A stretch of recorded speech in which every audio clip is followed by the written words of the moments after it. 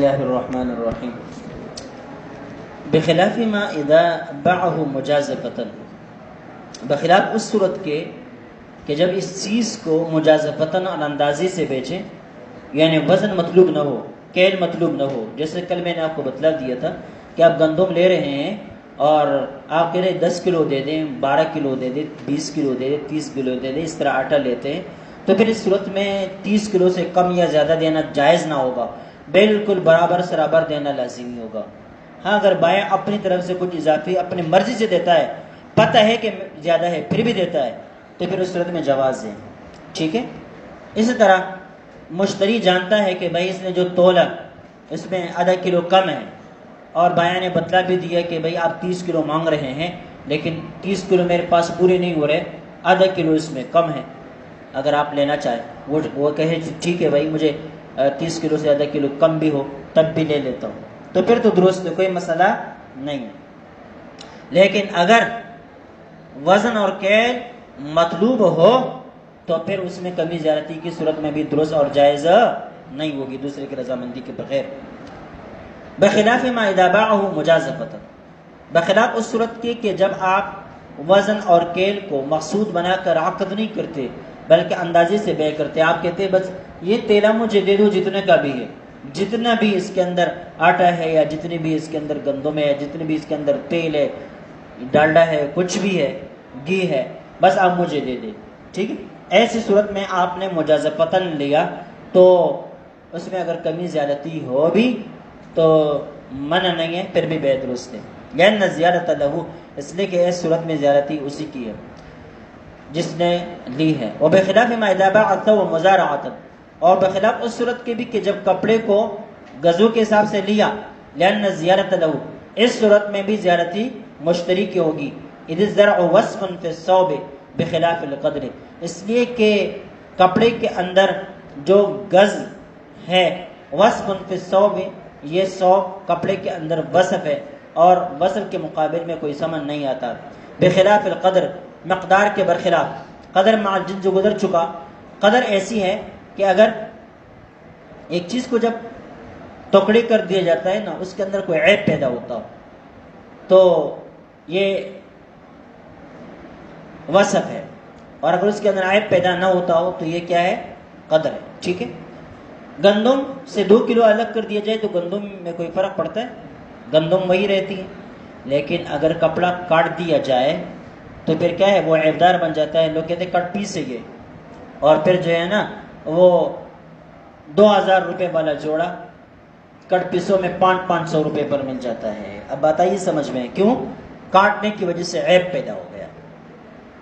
ولا معتبر بكيل البائع قبل البيع وإن بحضرة المشتري لأنه ليس سعى البائع والمشتري هو الشرط، ولا معتبر بكيل البائع، بائع کے کیل کا اعتبار نہیں ہے قبل البيع، بے سے پہلے وإن كان بحضرة المشتري، اگرچہ مشتری کی موجودگی میں ہو، لأنه ليس سعى البائع والمشتري، اس لیے کہ یہ تو عقد سے پہلے جو کیل یا وزن کیا گیا ہے یہ بائع اور مشتری والا وزن اور کیل نہیں ہے، جبکہ یہاں وہ کیل مطلوب ہے جو بائع اور مشتری کا ہو، وہ شرط وہی ہے۔ ولا بكيله بعد البيع بغيبة المشتري، اس طرح اگر مشتری موجود نہ ہو اور بائع عقد کے بعد اس چیز کو وزن کر لے یا تول لے تو بھی اس کا اعتبار نہیں، مسئلے کو سمجھ۔ ایک دکاندار نے آٹا لے لیا، گندم لے لی یا کوئی اور چیز لے لی، وزن کر کے دکان میں رکھ دی، ایک دوست پہلے سے وہاں پر بیٹھا ہوا یہ سارا منظر دیکھ رہا ہے، اس کے سامنے بائع نے دوسرے آدمی سے لیتے ہوئے کیا کیا؟ وزن کیا یا تول لیا، سمجھ گئے؟ مشتری بیٹھا ہوا ہے، خریدار یہ دوست بیٹھا ہوا ہے، لیکن یہ اب تک خریدار نہیں تھا، اب تک دوست کی حیثیت سے بیٹھا تھا۔ جب بائع نے وہ چیز وزن کر کے اپنی دکان میں ایک طرف پر رکھی مشتری کے سامنے، تو مشتری نے کہا یہ تو ابھی آپ نے میرے سامنے تول لیا ہے، ٹھیک ہے، یہی مجھے 2 کلو دے دے، 2 کلو مجھے دے دے، 3 کلو مجھے دے دے۔ بائع نے کہا ابھی تو آپ کے سامنے تول لیا ہے، ابھی آپ کے سامنے میں نے وزن کر دیا ہے، تو اس وزن کا اعتبار نہیں۔ جب مشتری کو اب دینا ہے عقد کی صورت میں تو دوبارہ یہاں وزن کرنا پڑے گا، وزن کی چیزوں، وزنی چیزوں تو وزن کرنا پڑے گا، کیلی چیزوں تو کیل کرنا پڑے گا۔ اب آئی بات سمجھ میں؟ یہی مطلب ہے کہ بائع کے اس کیل اور اس وزن کا کوئی اعتبار نہیں ہے جو گو مشتری کی موجودگی میں ہو لیکن عقد بیع سے پہلے ہو، عقد بیع سے پہلے ہو، ٹھیک ہے؟ ولا بکیلہ بعد البیع بغیبت المشتری، عقد کر دیا، کہا کہ آپ 10 کلو آٹا مجھے وزن کر دیں، 10 کلو آٹا مجھے دے دیں، پیسے پکڑا دیے اور کہا میں نیچے سے دکان سے ہوتے ہوئے آ رہا ہوں، کسی اور سے ملتے ہوئے آ رہا ہوں، یا 5-6 منٹ بعد میں آتا ہوں، اور دکاندار نے وہ آٹا وزن کر کے رکھ دیا، مشتری موجود نہیں ہے، تو اس وزن کا بھی کوئی اعتبار نہیں، اس وزن کا بھی کوئی اعتبار نہیں۔ اب بھائی بات سمجھ میں آئی؟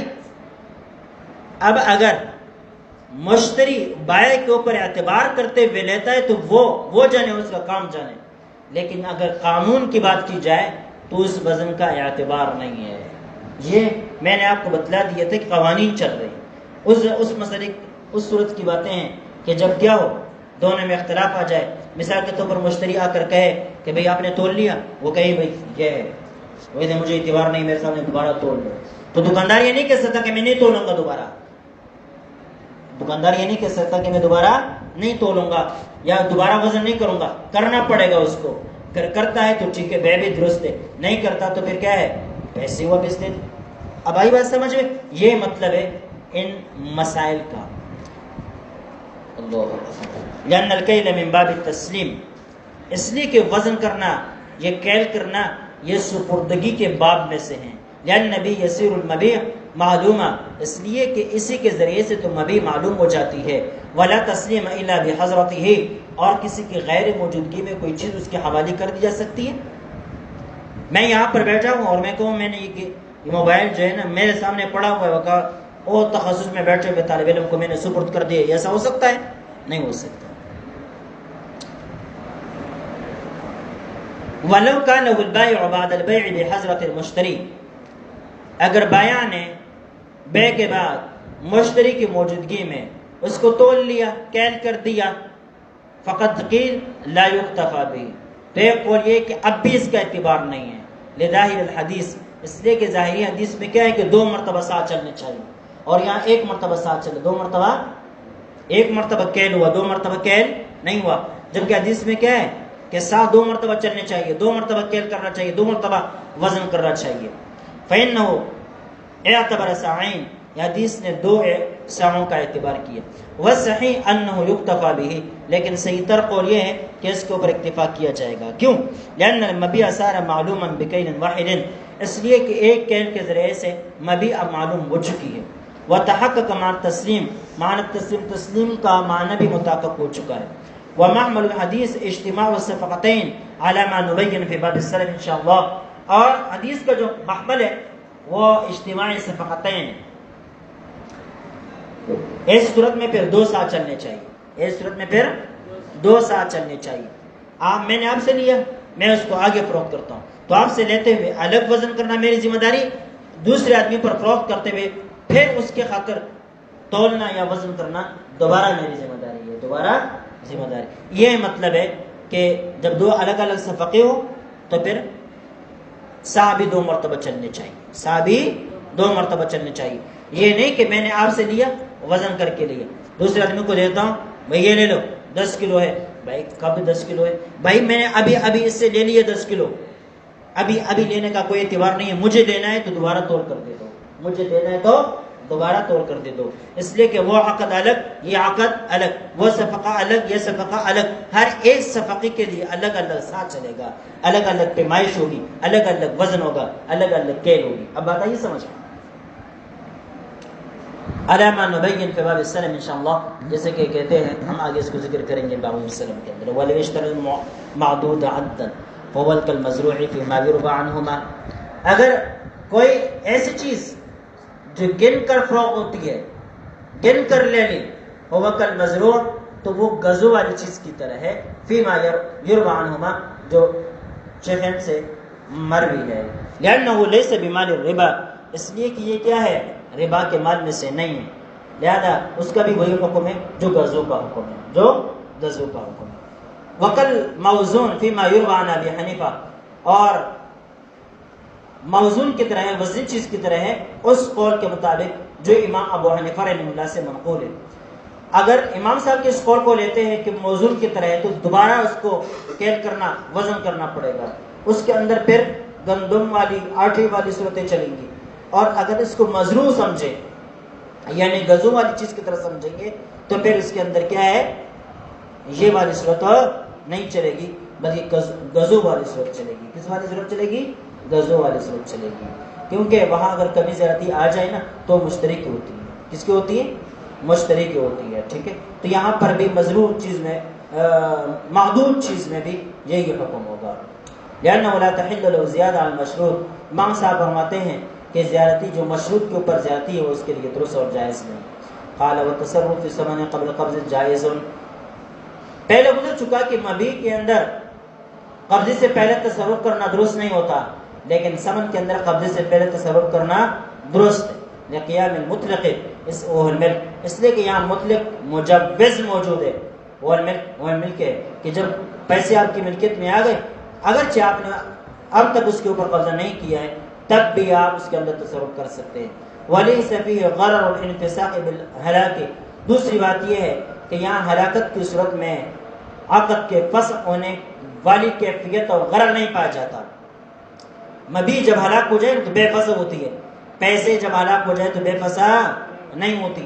یہ پیسے ڈاکو نے چھین لی، دوسرے پیسے دے دو، دوسرے پیسے دے دو، لعن میں تعینها بالتعیین، کہ پیسے متعین کرنے سے متعین ہوتے بھی نہیں ہیں، بخلاف المبیع، مبیع کے برخلاف کہ وہ متعین ہو جاتی ہے، اور اب مبیع ہلاک ہو جائے تو عقد کس کا رہے گا؟ کچھ بھی نہیں، لہذا وہاں عقد فسخ ہو جائے گا، لیکن پیسوں کے ختم ہونے کی وجہ سے عقد فسخ نہیں ہوتا۔ قال ويجوز للمشتري أن يزيد للبائع في الثمن ويجوز للبائع أن يزيد للمشتري في المبيع ويجوز أن يحط عن الثمن ويتعلق الاستحقاق بجميع ذلك، جائز ہے مشتری کے لیے کہ وہ بائع کے لیے ثمن میں اضافہ کریں، ويجوز للبائع، بائع کے لیے جائز ہے يزيد للمشتري في المبيع، کے مبيع کے اندر مشتری کے لیے اضافہ کریں، ويجوز، یہ بھی جائز ہے ان يحط عن الثمن، کہ ثمن کے اندر کمی کر لے، ويتعلق الاستحقاق بجميع ذلك، اب استحقاق کا تعلق ان تمام کے ساتھ ہوگا، کمی کی ہو تو کمی کے ساتھ، زیادتی کی ہو تو زیادتی کے ساتھ۔ کیا مطلب ہے؟ میں نے آپ کے اوپر 10 کلو آٹا فروخت کیا، آپ لینے لگے، تو میں نے کہا یار آدھا کلو آٹا میرے پاس بچا ہوا ہے، اس کے ساتھ کیا کرنا ہے، یہ تو کوئی لے گا ہی نہیں، تھوڑا سا وہ آدھا کلو اپنی طرف سے اضافہ کر کے آپ کو دے دیا، چلو یہ بھی ساتھ لے جاؤ، ٹھیک ہے، یہ بھی درست۔ دوسری صورت ثمن کے اندر اضافہ، کہ بھائی چیز کتنے کے لیے بیچتے ہو؟ بھائی یہ 14 روپے کی ہے، کتنے کی ہے؟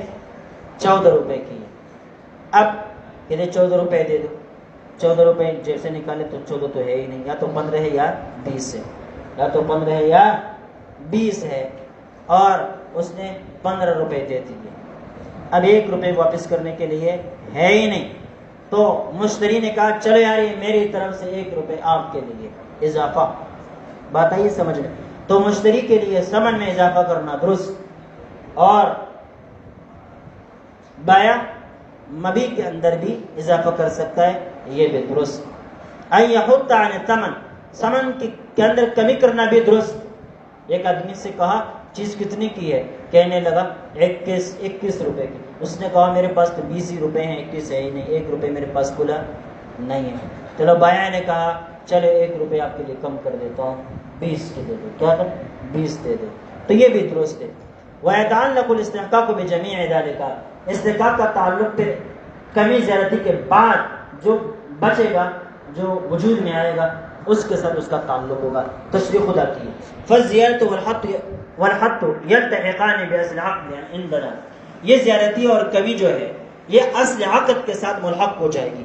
اصل عقد کے ساتھ ملحق ہو جانے کا مطلب یہ ہے کہ جتنی کمی کر دی ہم کہیں گے کہ اصل عقد اسی پر ہوا تھا، جتنی زیادتی کر دی ہم کہیں گے کہ اصل عقد اسی کے ساتھ ہوا تھا۔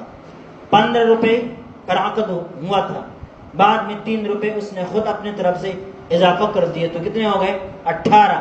ہم کہیں گے کہ اصل عقد 18 ہی پر ہوا تھا، یا 15 پر عقد ہوا تھا، پھر بائع نے ثمن کے اندر کمی کر دی، 1 روپے چھوڑ دیے، 2 روپے چھوڑ دیے، 13 ہو گئے۔ تو اب ہم کہیں گے کہ عقد صریح ہی سے، ابتدا ہی سے صلب عقد میں 13 روپے ہو گئے، مقرر کر دیے گئے تھے، 15 مقررہ نہیں کیے گئے تھے۔ ٹھیک ہے، اس کا یہی مطلب ہے کہ یلتحقان باصل العقد عندنا وعند الظفر والشافعی لا يصحان على اعتبار الالتحاق۔ امام ظفر امام شافعی فرماتے ہیں یہ کمی زیادتی درست نہیں ہے التحاق کے اعتبار پر، ہاں ابتدا پر اس کو محمول کر دیا جائے تو پھر درست ہے، بل اعلی اعتبار ابتداء صلہ، ابتداء صلہ اور تبرع اور احسان پر اس کو محمول کیا جائے تو پھر درست ہے۔ لہما صاحبین، یہ امام ظفر امام شافعی فرماتے ہیں انه لا يمكن تصحیح الزیادت ثمنا، کہ بھائی ثمن کے اندر جو اضافہ ہوا اس کو بطور ثمن کے ماننا ممکن نہیں ہے، لأنه يصير ملکه عوض ملکه، اس لیے کہ وہ اس کا خود اپنے ملک کے عوض میں لازم آتا ہے، خود اپنے ملک، خود اس کی ملکیت کے عوض میں لازم آتا ہے۔ کیسے بھائی؟ یہ موبائل مجھے پڑا تھا 10 روپے کا، کتنے کا؟ تو اس 10 روپے سے جو اضافی میرے پیسے تھے وہ بھی میرے، اور یہ موبائل بھی اب میرا ہو گیا ہے 10 روپے پر۔ اب میں جو 2 روپے بڑھاتا ہوں وہ بھی میرے اور یہ مبی بھی میری، تو میں اپنی ملکیت کا مالک بن جاتا ہوں اپنی ملکیت کے عوض میں، اپنی ملکیت کا مالک بن جاتا ہوں اپنی ملکیت کے عوض میں، اور یہ درست نہیں ہے۔ اب آتا یہ سمجھ میں بھائی جس چیز کا میں مالک ہو چکا ہوں 10 روپے پر، اسی چیز کا میں مالک بننا چاہتا ہوں 12 روپے پر، یہ کیسے ہو سکتا ہے؟ وہ جو 2 روپے میں اضافی دیتا ہوں وہ بھی میرے ہیں اور یہ موبائل بھی میرا ہے، تو اپنی چیز کو میں اپنے اوپر فروخت کیسے کر سکتا ہوں؟ اپنی چیز کا میں اپنی چیز کے بدلے میں عوض میں مالک کیسے ہو سکتا ہوں؟ اس وجہ سے امام ظفر امام شافعی فرماتے ہیں کہ اس طرح اضافہ نہیں ہو سکتا، اس طرح اضافہ نہیں ہو سکتا۔ اسی طرح مبی میں کمی زیادتی کر دی جائے یہ بھی نہیں ہو سکتا، اس لیے کہ دیکھیں بائیں سے میں نے 10 روپے لے لیے ایک چیز کے بدلے میں، کس چیز کے بدلے میں؟ اب اس کے ساتھ ان 10 روپے کا میں مالک بن چکا ہوں اس ایک چیز کے بدلے میں، اب میں اضافی چیز دے رہا ہوں، کیا کر رہا ہوں؟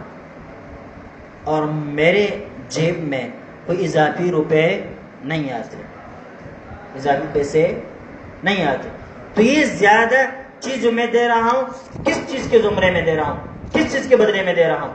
10 روپے جو مجھے مل رہے ہیں وہ تو پہلی چیز کے عوض میں ہے، وہ تو پہلی چیز کے عوض میں ہے، ٹھیک ہے۔ اب جو اضافی چیز میں نے دی ہے اس کے بدلے میں مجھے کیا مل رہا ہے؟ کچھ بھی نہیں مل رہا، ٹھیک ہے۔ اب یہاں دو صورتیں ہوں گی، یا تو یہ مفت میں دینا ہوگا یا کیا ہوگا؟ بالعوض ہوگا۔ مفت میں تو دینا ہی نہیں ہے کیونکہ عقد ہے، تو بالعوض ہوگا، تو عوض جو مجھے ملا ہے وہ تو پہلے مبی کے بدلے میں ملا ہے، اس کے بدلے میں کیا ملا؟ کچھ بھی نہیں ملا۔ اس وجہ سے صاحبین کے امام ظفر امام شافعی فرماتے ہیں کہ عقد کے بعد پھر ثمن میں کمی زیادتی نہیں ہو سکتی، اسی طرح پھر عقد کے بعد مبی میں کمی زیادتی اس طور پر نہیں ہو سکتی کہ آپ اس کو ملحق کر دیں اصل عقد کے ساتھ، ہاں اس کو تبرع پر ڈال دیں، احسان پر ڈال دیں، اس کو عقد سے الگ کر دیں۔ میں نے 10 روپے دے کر یہ موبائل آپ سے خرید لیا، آپ نے مجھے دے بھی دیا، مجھے پسند آ گیا، میں نے آپ کو 2 روپے اضافی دے دیے، تو امام ظفر کہتے ہیں یہ 2 روپے اضافی دینا اس صورت میں درست ہے کہ میں یہ کہوں یار یہ 2 روپے میرے طرف سے آپ کے لیے انعام ہے، آپ کے ساتھ تبرع ہے، آپ کے ساتھ احسان ہے، اس کا اس عقد کے ساتھ کوئی تعلق نہیں۔ اس طرح میں نے آپ سے یہ موبائل 10 روپے کا لے لیا، 10 روپے پر میں نے آپ کو فروخت کر دیا، ٹھیک ہے۔ آپ نے جب مجھے 10 روپے دے دیے تو میں نے ساتھ ساتھ ایک اضافی بیٹری بھی دے دی، ایک چارجر بھی دے دیا، ہینڈ فری بھی مفت میں دے دی، تو امام ظفر کہتے ہیں کہ یہ جو بعد میں ہینٹری دے دی یا چارجر دے دیا یا کوئی اور چیز دے دی، یہ تبرع ہے، اس کا عقد کے ساتھ تعلق نہیں ہے، اس کا عقد کے ساتھ تعلق نہیں۔ اگر اس کا عقد کے ساتھ تعلق چھوڑ دو گے تو پھر وہ برائی لازم آ جائے گی جو ابھی میں نے بیان کر دی۔ ٹھیک ہے، سمجھ گئے اس بات؟ یہ بہت گہری بات ہے بھائی۔ فلا يلتحق باصل عقد، لہذا اصل عقد کے ساتھ اس کو یہ ملحق نہیں ہوگا۔ وقد الحق، اس طرح کمی بھی ملحق نہیں ہوگی۔ لأن كل ثمن صار مقابلا بكل المبيع، اس لیے کہ پورا ثمن اب پورے مبیع کے بدلے میں آ چکا ہے۔ فلا يمكن اخراجه، اب اس کو نکالنا یہ ممکن نہیں ہے۔ فصار برا مبتدئا، لہذا یہ کیا ہوگا؟ نیکی ہوگی مبتدئا، ابتدا سے، یعنی اس کا عقد کے ساتھ کوئی تعلق نہیں ہوگا، بلکہ اپنی طرف سے جو آدمی زیارتی کرتا ہے وہ دوسرے والے آدمی کے ساتھ احسان کرتا ہے، تبرع کرتا ہے اور صلہ رحمی کرتا ہے۔ ٹھیک ہے، اللہ ولنا، ہماری دلیل یہ ہے انہما بالحق والزیادہ یغیران العقد من وصف مشروع الى وصف مشروع، کہ بھئی کمی زیادتی کے ذریعے سے وہ عقد کو تبدیل کر سکتے ہیں ایک وصف مشروع سے دوسرے وصف مشروع کی طرف، یعنی ان دونوں کے اختیار ہے کہ بھئی عقد کو ایک وصف سے نکال کر کے دوسرے وصف کی طرف لے کر جائے۔ وَكَوْنُهُ رَابِحًا أَوْ خَاسِرًا أَوْ عَدَلًا، وہ کیا ہے؟ ایک وصف بے مرابحہ ہے یا نقصان والا ہے یا برابر سرابر، یعنی کیا ہے؟ تولیہ کے دو۔ ٹھیک ہے،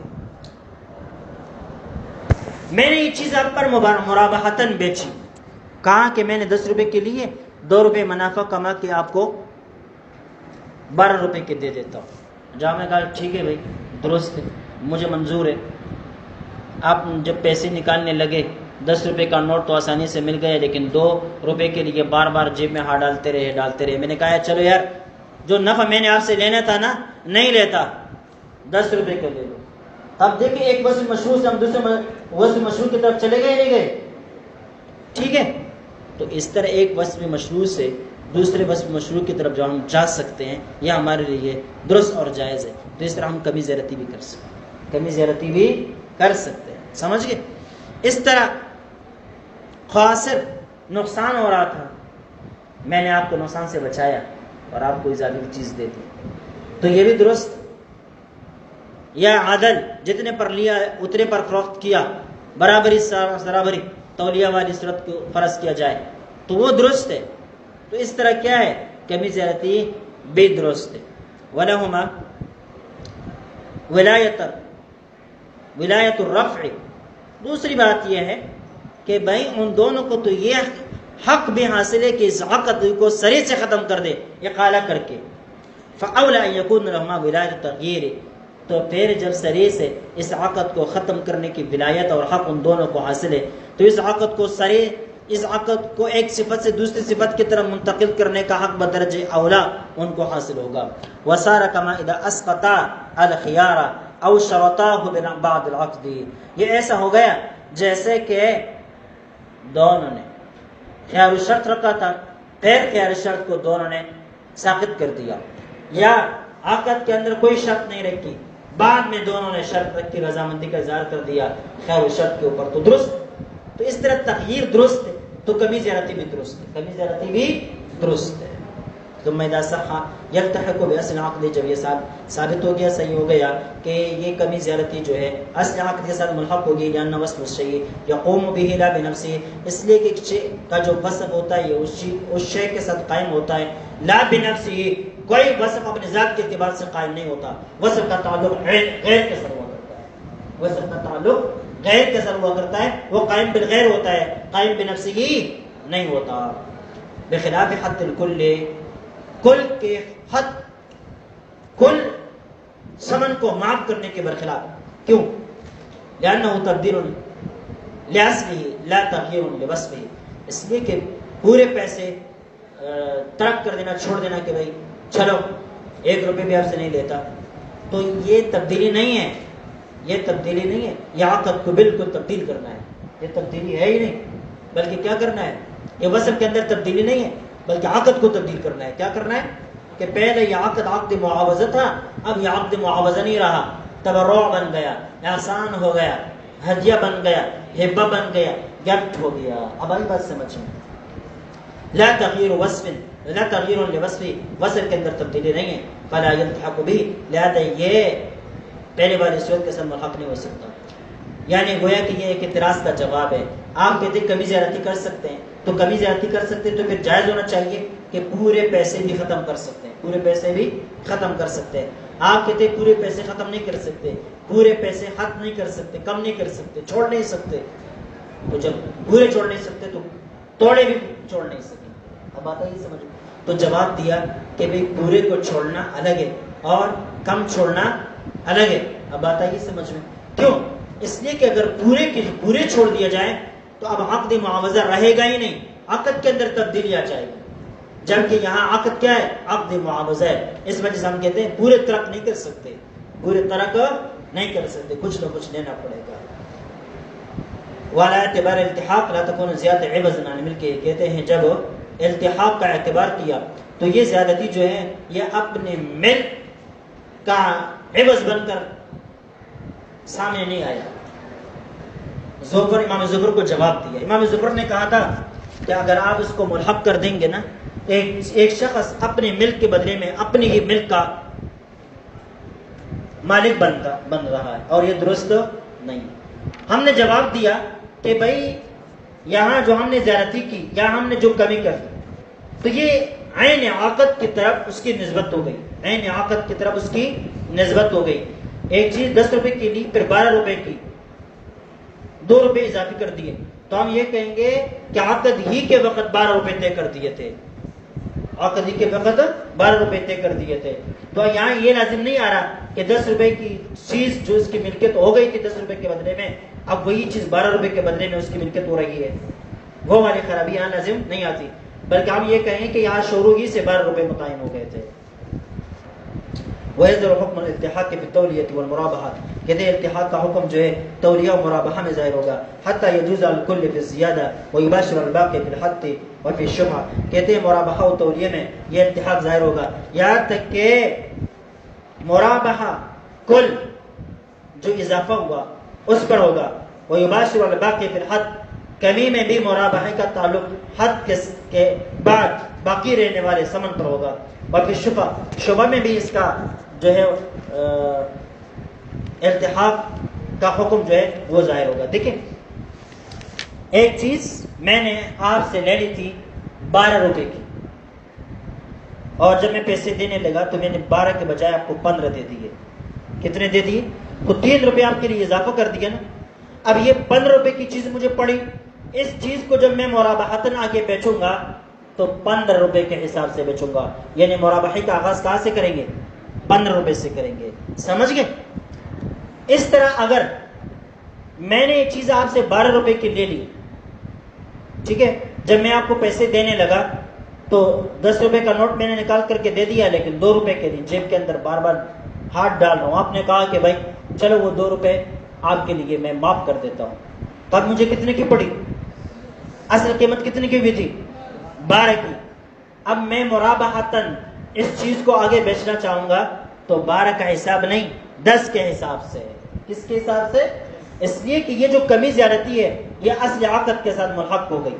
کمی زیادتی اصل عقد کے ساتھ ملحق ہو گئی. اس طرح شفع حتی یاخذ بما بقی فی الحد، میں نے آپ سے گھر لے لیا 3 لاکھ روپے کا فرض کر دے، ٹھیک ہے. شفیع کو پتہ چلا، اس نے شفیع کا دعویٰ کر دیا، ٹھیک ہے. اب عقد تو ہوا تھا کتنے پر؟ 3 لاکھ پر، لیکن پھر آپ نے مجھے خود 10,000 روپے معاف کر کے 2,90,000 پر گھر ہو گیا. اب شفیع جب شبہ کرے گا تو مجھے کتنے دے گا؟ 2,90,000 دے گا. اس لیے کہ جو کمی آپ نے کر دی وہ اصل عقد کے ساتھ لگ گئی.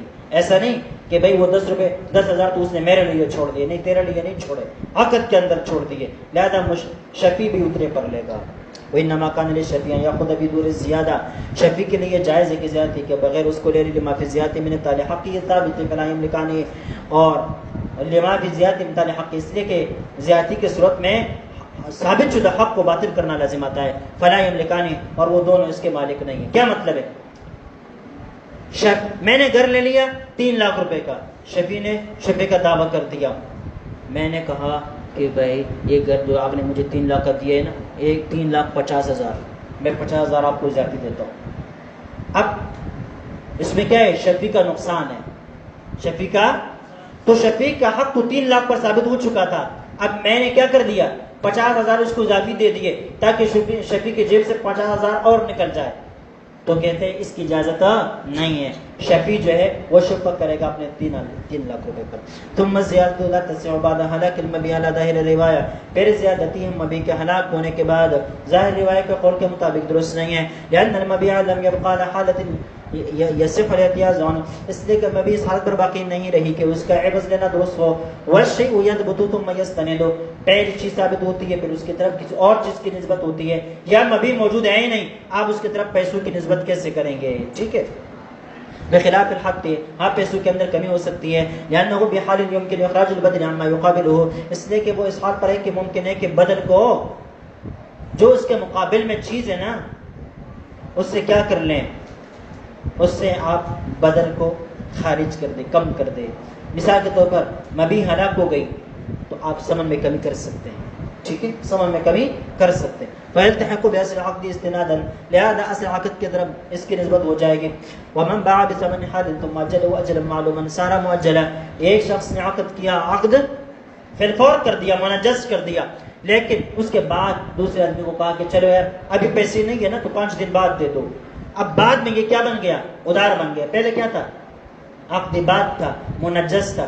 بعد میں نیٹا مقرر کر دیا، کہتے سارا مؤجلا نیٹے والا ہو جائے گا. لأن ثمن حق، اس لیے کہ ثمن تو بائع کا حق تھا. فلو ان یؤخر تيسيرا على من عليه، لہذا اس کو یہ حق حاصل ہے کہ مشتری کے لیے آسانی پیدا کرتے ہوئے اس کے اندر تاخیر کر دے. الا يرى انه يملك ابراءه مطلقا، کیا آپ نہیں دیکھ رہے ہیں یا یہ نہیں دیکھا جا رہا کہ بائع تو پورے پیسے معاف بھی کر سکتا ہے؟ کیا کر سکتا ہے؟ معاف بھی کر سکتا ہے. تو اس کے اندر تاخیر بھی، اجر اور نیٹا بھی دے سکتا ہے. فقدا موقتا، اس طرح اس کے اندر وقت بھی دے سکتے ہیں. ولو اجله الى اجل مجهول، لیکن اگر نیٹا دیا ایک مجهول مدت تک، ان كانت الجهاله متفاحشه، پھر دیکھنا یہ ہوگا کہ یہ جو جہالت ہے اگر بہت ہی زیادہ ہے، كحبوب الريح، جیسے کہ ہوائی چلنے تک آپ کو ادھار دیا جاتا ہے، آپ تب پیسے دے دیں جب طوفان آنے لگ جائے. کیا لگنے لگ جائے؟ طوفان آنے لگ جائے. جب مشرقی ہوائیں چلنے لگ جائیں یا مغرب کی طرف سے ہوائیں آنے لگ جائیں، اس وقت پہ پیسے دے دینا. لا يجوز، جائز نہیں ہے. وَإِنْ كَانَ مُتَقَارِبَةً، لیکن اگر کیا ہو، جو نیٹا بتلایا وہ قریب قریب ہے، یعنی متفاحش نہیں ہے، بہت ہی زیادہ کیا ہے متفاحش، یعنی ایسا نہیں ہے کہ جس کے ہونے نہ ہونے کا کچھ پتہ نہیں چلتا، ایسا نہیں. کل حسادی ودیاسی، جیسے کھیتی کاٹنا اور گاہنا. اب ٹھیک ہے کھیتی کبھی جلدی پکتی ہے کبھی تھوڑا دیر لگاتی ہے، لیکن پکتی تو ہے، یہ تو متعین ہے. 15 دن بعد ہو جائے، 10 دن بعد ہو جائے، پہلے ہو جائے، ہو تو جاتی ہے، لیکن ہوائی چلتی ہے یا نہیں چلتی، طوفان آتا ہے یا نہیں آتا، اس کو کچھ پتہ نہیں چلتا. یجوز تو پھر جائز ہوگا، لأنه بنزلت الکفالہ، اس لیے کہ یہ کفالے کی طرح ہے، اور کفالے میں تھوڑی سی کیا ہے، جالت قبول ہوتی ہے. وقد ذکرناه من قبل، ہم پہلے اس کو ذکر کر چکے ہیں. وكل دين حال اذا اجله صاحبه صار مؤجلا لما ذكرنا. وكل دين حال، ہر دین جو حالی ہے پھر حال اس کو ادا کرنا ہے. اذا اجله صاحبه، جب مالک نے خود اس کو نیٹے پر کر دیا، صار مؤجلا، تو یہ نیٹے پر ہو جائے گا، نیٹے پر ہو جائے گا. لما ذکرنا الا القرض، البتہ قرض کے اندر نیٹا نہیں ہو سکتا. قرض کے اندر نیٹا، ایک آدمی نے آپ سے قرض لے لیا اور کہا 1 مہینے بعد دوں گا، آپ 2 منٹ بعد بھی اس سے مانگ سکتے ہیں واپس، 2 منٹ بعد بھی واپس اس سے مانگ سکتے ہیں. فإن تاجيل لا يصح، اس لیے کہ قرض کے اندر تاجیل یہ درست نہیں ہے، قرض کے اندر تاجیل درست نہیں ہے، نیٹا مقرر کرنا درست نہیں. لأنه إعارة وسلة، اس لیے کہ یہ اعارہ ہے اور سلہ ہے. فی الابتداء ابتداء حتى يصح بلفظ الاعارہ، یہاں تک کہ لفظ اعارہ کے ساتھ بھی قرض دینا درست ہے. ولا يملكه من لا يملك التبرع، اور جو شخص تبرع نہیں کر سکتا وہ کسی کو قرض بھی نہیں دے سکتا. جو شخص کسی پر احسان نہیں کر سکتا وہ کسی کو اس کو قرض بھی نہیں دے سکتا. کل وسیع والسبی، جیسے کہ وسیع اپنے ماتحت موسیٰ لہو کے لیے کیا نہیں کر سکتا، اس کا مال جو اس کے پاس پڑا ہوا ہے وہ کسی کو قرض نہیں دے سکتا. مدرسے کا مال، مسجد کا پیسہ، وقف کے پیسے، یہ کسی کو قرض نہیں دیے جا سکتے. والسبی، اس طرح بچے کا پیسہ آپ کے پاس پڑا ہوا ہے امانت کے طور پر، باپ ہے آپ اپنے بیٹے کا پیسہ کسی کو قرض نہیں دے سکتے. ومعاوضۃ فی الانتہاء، انتہا کے اعتبار سے یہ معاوضہ ہے. فعلی اعتبار الابتداء لا یلزم تاجیل فی، کہتے ہیں ابتدا کا اعتبار کرتے ہیں تو اس کے اندر تاجیل لازم نہیں ہوتا، تاجیل مقرر بھی کر دی جائے تب بھی اس کا اعتبار نہیں. کما فی الاعارۃ، جیسے کہ اعارہ کے اندر یہ کہے کہ بھئی چلو یار یہ موبائل 10 دنوں کے لیے استعمال کرو، 5 دن نہیں گزرے بھائی واپس دے دو، تبرع ہے، اعارہ ہے، اس کے لیے کوئی وقت مقرر نہیں کیا جا سکتا. اس لیے جبر بالتبرع، اس لیے کہ تبرع کے اندر کوئی جبر نہیں ہو سکتا. وعلی اعتبار الانتہاء لا یصح، لیکن اگر انتہا کا اعتبار کرتے تو پھر قرض دینا صریح سے درست ہی نہیں ہے. اگر قرض کے میں انتہا کا اعتبار کرتے تو پھر قرض دینا درست نہیں ہے. کیوں؟ لأنه يصير بيع الدراهم بالدراهم نسيئة وهو ربا، اس لیے کہ یہ تو پیسوں کے بدلے میں پھر پیسے دینا ہے اور اس کے اندر ادھار سود ہوتا ہے، جائز نہیں ہوتا. اب آئی بات سمجھ. لہذا ہم قرض کے اندر 2 پہلوؤں کو دیکھتے ہیں. ابتدا سے یہ آسان ہے، انتہا کے اعتبار سے یہ عقد معاوضہ ہے، دین یعنی پیسوں کے بدلے میں پیسے. وهذا بخلاف ما اذا اوصى ان يقرض من ماله 1000 درهم فلان الى سنه. یہ ایک سوال کا جواب ہے. تم کہتے ہو کہ قرض کے اندر تاجیل نہیں ہو سکتی، ادھار نہیں ہو سکتا. تو بھائی اگر ایک شخص نے دوسرے کو وصیت کر دی اور کہا کہ میرے مرنے کے بعد میرے پیسوں میں سے اتنے پیسے فلاں کو قرض دے دیا جائے 1 سال کے لیے، تو 1 سال کے لیے اس آدمی کو قرض دینا درست ہے، 1 سال سے پہلے اسے مانگنا درست نہیں ہے. تو یہاں تو اجل مقرر ہو گیا. اوپر تم کہہ رہے ہو کہ تاجیل درست نہیں، اوپر تم کیا کہہ رہے ہو؟ تاجیل درست نہیں. جواب دے رہے وعدہ بخلاف ما، کہتے ہیں یہ مسئلہ اس مسئلے کے برخلاف ہے. اذا اوصى، کہ جب ایک شخص نے وصیت کر دی ان يقرض من ماله 1000 درهم، کہ میرے مال میں سے 1000 درہم جو قرض دیا جائے فلان فلان کو لا سنت 1 سال تک، حيث يلزم الورثة من ثلثه ان يقرضوه. اب ورثہ پر لازم ہوگا کہ اس کے ثلث مال میں سے 1000 روپے اس آدمی کو مصالحہ کو قرض کے طور پر دے دے. ولا يطالبه قبل المدة، 1 سال سے پہلے یہ ورثہ اس کو مانگ نہیں سکتے. لأنه وصیۃ بالتبرع، اس لیے کہ وہ تبرع کی وصیت ہے. بمنزلۃ الوصیۃ بالخدمۃ والسکنا، ایسا ہے جیسے کسی کے لیے خدمت اور سکنا کی وصیت کر دی جائے. فيلزم حقا للموصى، لہذا یہ موصی کے حق کے طور پر ثابت ہوگا اور لازم ہوگا. کیا ہوگا؟ ثابت اور لازم ہوگا. مطلب یہ کہ قرض کو وصیت کے اوپر قیاس نہیں کیا جا سکتا.